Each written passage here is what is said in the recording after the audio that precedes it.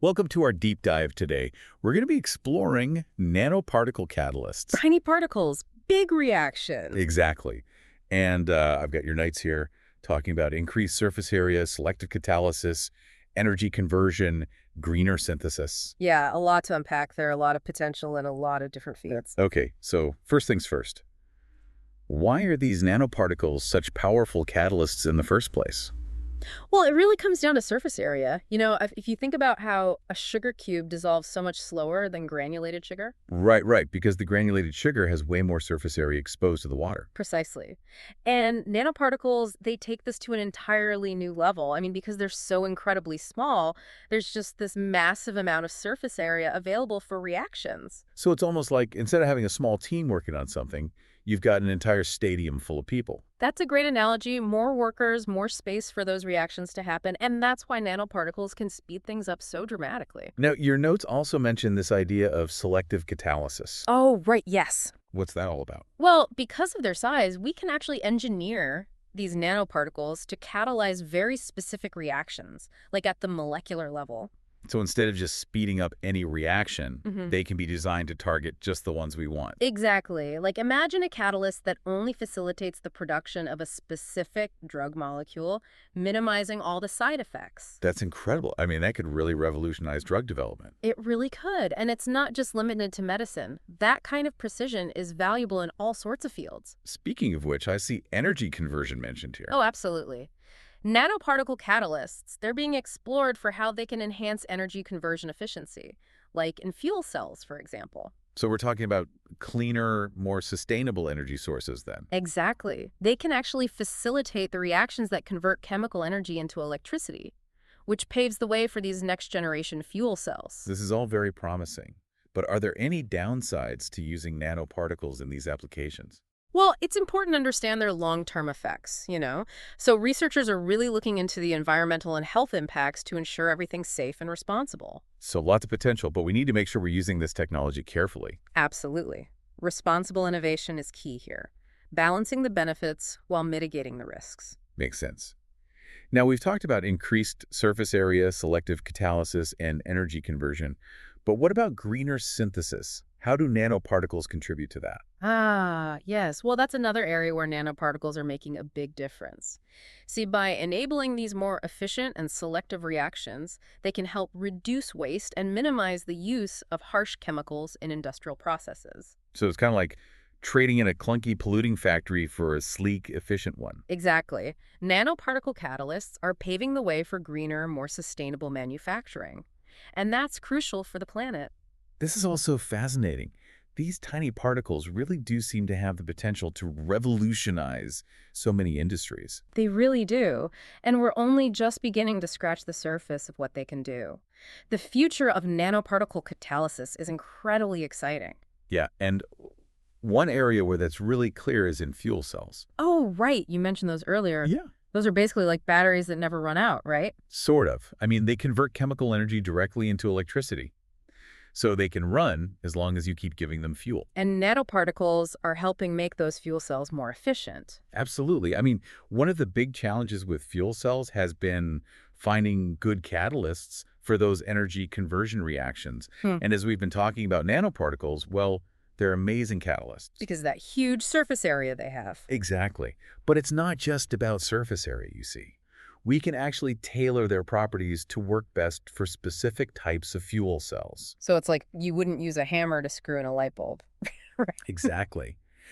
By adjusting the size, the shape, the composition of the nanoparticles, we can create catalysts that are perfect for each job. That's incredible. What kind of improvements are we talking about here? How much more efficient can these fuel cells become? Well, research has shown that nanoparticles can boost fuel cell performance significantly. I mean, in some cases, we're talking about efficiency increases of 20% or even more. Wow, that's huge. What would that actually look like in practice? Well, think about it. Fuel cell-powered cars with much longer ranges, or your phone or laptop could last for days on a single charge. And all of that while being cleaner for the environment, since fuel cells produce very few emissions. Exactly. Nanoparticle catalysts are a big part of making fuel cell technology a real alternative to those old combustion engines, a big step towards a more sustainable future. It really sounds like these tiny particles are changing how we think about energy. They are. And it's not just transportation either. I mean, think portable power generators, industrial processes, even space exploration. The possibilities seem endless. But what about the practical side of things? I mean, Mhm. are there any challenges to actually using these nanoparticle catalysts in fuel cells on a large scale? Well, of course, there are always challenges when you move from the lab to the real world. One of the big ones is cost, actually.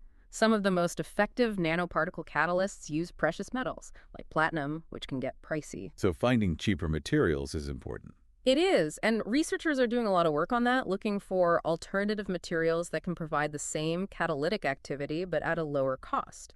And they're making progress. That's good to hear. Are there any other challenges to scaling up the production of these catalysts? Well, another thing is making sure the synthesis of the nanoparticles is consistent. We need to be able to create them with very specific properties, but on a large scale.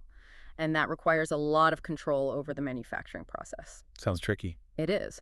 But luckily, advances in nanotechnology are making it more and more possible to produce these nanoparticles with exactly the right characteristics and in large quantities. That's great. And how about safety? Are there any concerns about using nanoparticles in fuel cells? It's a fair question. With any new technology, it's super important to assess the risks. So researchers are actively looking into the long-term environmental and health impacts to make sure they're used safely and responsibly. So basically, we need to be cautious and prioritize safety as we explore the potential of these amazing little particles. Exactly. Responsible innovation, you know? Mhm. We need to understand both the good and the bad of any new technology, especially when it's something as powerful as nanotechnology. Well said.